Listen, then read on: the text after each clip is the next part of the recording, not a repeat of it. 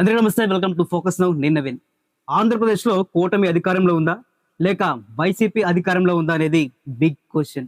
రాక్షసుడు వికృత రూపం దాల్చితే అది జగన్లా ఉంటాడు. అరాచకం వికృత రూపం దాల్చితే అది వైసీపీ పార్టీలా ఉంటుంది అని అనడానికి ఈరోజు జగన్ రెడ్డి ప్రత్యక్ష సాక్ష్యం చూపించాడు. జగన్ రెడ్డి అడుగు పెడితే శవాలే. జగన్ రెడ్డి బయటకు వచ్చాడంటే విధ్వంసమే. ఈరోజు జగన్మోహన్ రెడ్డి చేపట్టిన పల్నాడు పర్యటన అత్యంత దారుణంగా సాగింది. అత్యంత పైశాచికంగా రక్తపు మడుగుల మధ్యలో, అమాయకుల ఆర్తనాదాల మధ్యలో సాగింది. కాదంటారా? కాదు అని ధైర్యంగా చెప్పగలరా? ఈ వీడియో మొత్తం చూడండి. ఇందులో నేను చెప్పిన ఏ ఒక్క పాయింట్ తప్పు అని అనుకుంటే మీరు నిర్మోహమాటంగా కామెంట్లో తెలియజేయచ్చు. 1 సంవత్సరం క్రితం బెట్టింగ్ కాసి అప్పుల పాలై ఆత్మహత్య చేసుకున్న వైసీపీ కార్యకర్తకు విగ్రహం కట్టారు. దాని ఆవిష్కరణకు బయలుదేరారు జగన్మోహన్ రెడ్డి. దేనికి కట్టారు విగ్రహం? అతను ఏమైనా దేశం కోసం ప్రాణాలు ఇచ్చాడా? 10 మందిని కాపాడి ప్రాణాలు తీసుకున్నాడా? లేకపోతే ఎవరైనా ఆడపడుచుల అఘాయిత్యం జరుగుతుండగా వారిని కాపాడబోయి ప్రాణాలు పోయాయా? లేకపోతే సమాజ సేవకుడా, ప్రజా సేవకుడా, లేక దేశానికి సేవ చేశాడా? ఎందుకు కట్టారు అతనికి విగ్రహం? ఎందుకు చనిపోయాడు అతను? సంవత్సరం క్రితం ఎన్నికల్లో జగన్పై బెట్టింగ్ కాసి ఓడిపోయి అప్పుల పాలై ఆ అప్పులు కట్టలేక అతను బలాన్మరణానికి పాల్పడ్డాడు. అది కూడా సంవత్సరం క్రితం. బెట్టింగ్ లో ఓడిపోయి ప్రాణాలు తీసుకున్న వాడికి విగ్రహం పెట్టి దాన్ని ఆవిష్కరించడం అనేది బహుశా దేశ చరిత్రలో ఇదే మొదటిసారేమో. సరే, మీ విగ్రహం ఏదో మీరు పెట్టుకున్నారు. ఆ విగ్రహ ఆవిష్కరణకి పోలీసులు పెట్టిన రూల్స్, వారి ఆదేశాలని పాటించారా అంటే వాటిని కూడా బేఖరతు చేసి ఏదో ఒక దండయాత్రకు వెళ్ళినట్టుగా, ఒక మారణ హోమానికి వెళ్ళినట్టుగా కసాయి మోకల్ని వెంటేసుకొని అలా అనేకంటే జగన్ వారి కార్యకర్తలకి కసాయి భావజాలాన్ని నింపుతున్నాడు అనొచ్చు. ఈ పర్యటనలో 2 అమాయక ప్రాణాలని బలి తీసుకున్నారు జగన్మోహన్ రెడ్డి.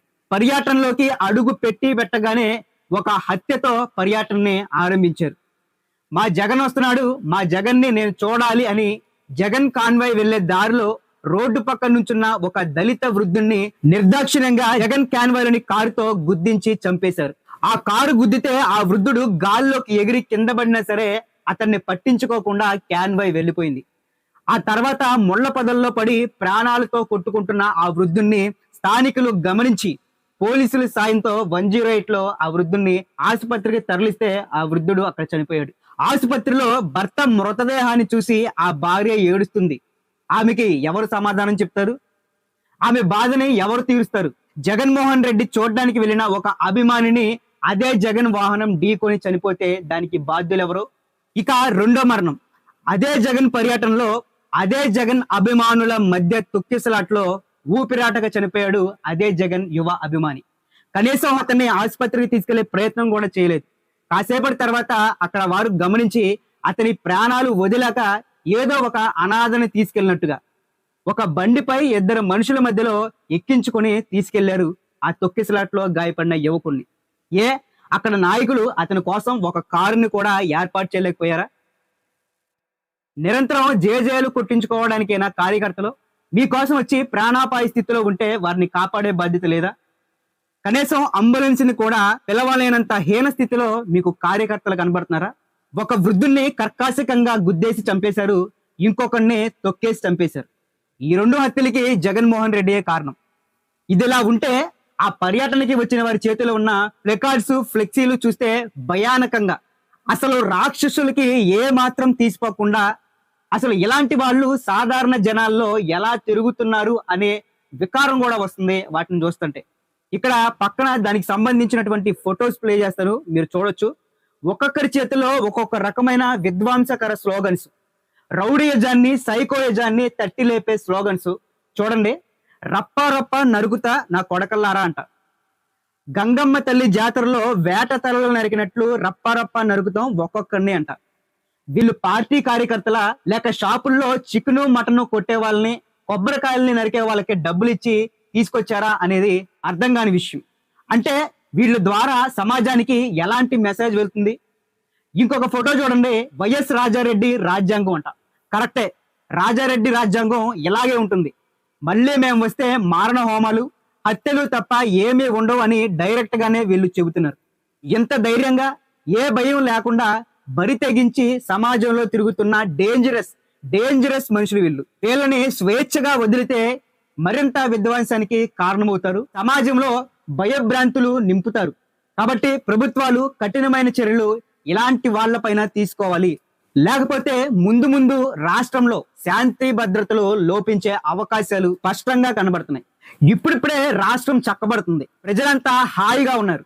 మళ్ళీ ప్రజల్లో అలజడి సృష్టించి ఇలాంటి సైకో సైన్యం జనాల మధ్యలోకి వస్తుంటే ప్రజలందరూ కూడా మళ్ళీ ఏదో అయిపోతుంది అనే భయంలోకి వెళ్ళిపోయే అవకాశం ఉంది. కానీ జనాలు అలా వెళ్ళకూడదు, కట్టడి చేయాల్సిన అవసరం ఉంది. మాకు ఎలాంటి భయం లేదు, చట్టాలపై గౌరవం లేదు అని సిగ్నల్స్ ఇస్తున్నారు. అసలు ముందు వీళ్ళ నాయకుడికి లేదు, ఇంకా వీళ్ళకి ఎక్కడి నుంచి వస్తుంది? పోలీసులు ఆదేశాలు పాటించకుండా ఇష్టం వచ్చినట్టు పర్యటనకు వెళ్ళారు. అసలు ఈ రోజు పర్యటనకే పోలీసులు చాలా క్లియర్ ఆదేశాలు ఇచ్చారు. కేవలం జగన్ కారుతో పాటు ఆయన సెక్యూరిటీ కాన్వాయ్, ఇంకా కేవలం 3 కార్లకు మాత్రమే అనుమతి ఇచ్చారు. ఇంకా కేవలం 100 మంది జనాలకి మాత్రమే అనుమతి ఇచ్చారు. మరి ఈ రోజు చూస్తే వీళ్ళు 30 కార్లు, దాదాపు వేల సంఖ్యలో జనాలు నియోజకవర్గాల నుంచి, వివిధ జిల్లాల నుంచి తరలించారు.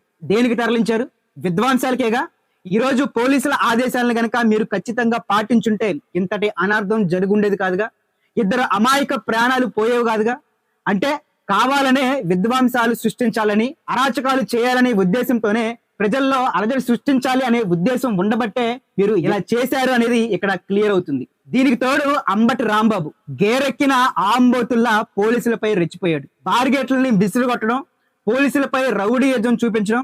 అసలు దీనికి సంబంధించిన వీడియో కూడా పక్కనేస్తాను, మీరు చూడొచ్చు. ఈయన మాజీ మంత్రి లేకపోతే రౌడీయా అనే అనుమానం కూడా వస్తుంది. ఒక మాజీ మంత్రి ఈ విధంగా చేస్తాడా? అసలు దేశంలో గాని ప్రపంచంలో ఇలాగా ఈ రకమైనటువంటి రాజకీయాలు మీరు ఎప్పుడైనా చూసారా?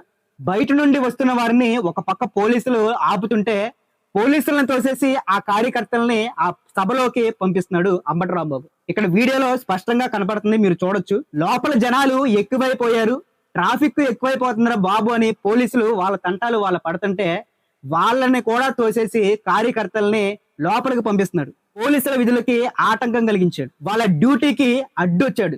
ఒక రకంగా చెప్పాలంటే పోలీసుల మీదే దౌర్జన్యం చేశారు.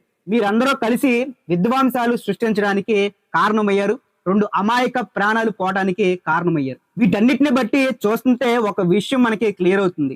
ఏంటి అంటే, జనాలు ప్రాణాలు తీయడానికే జగన్మోహన్ రెడ్డి బయటికి వస్తాడు, అరాచకాలు చేయడానికే మీటింగులు పెడతాడు అనేది డైరెక్ట్ గా వీళ్ళ చేతల్లోనే మీరు చెబుతున్నారు. ఇదొకటే కాదు, గతంలో వీళ్ళు చేసిన ఏ పర్యటన చూసుకున్నా ఎక్కడో ఒక చోట ఏదో ఒక అనార్థం, ఏదో ఒక అరాచకం, ఏదో ఒక ప్రాణం పోవాల్సిందే. ఎంత జరుగుతున్నా వీటిని ఖండిస్తున్నా వీళ్ళ పద్ధతి అసలు మార్చుకోవటం లేదు.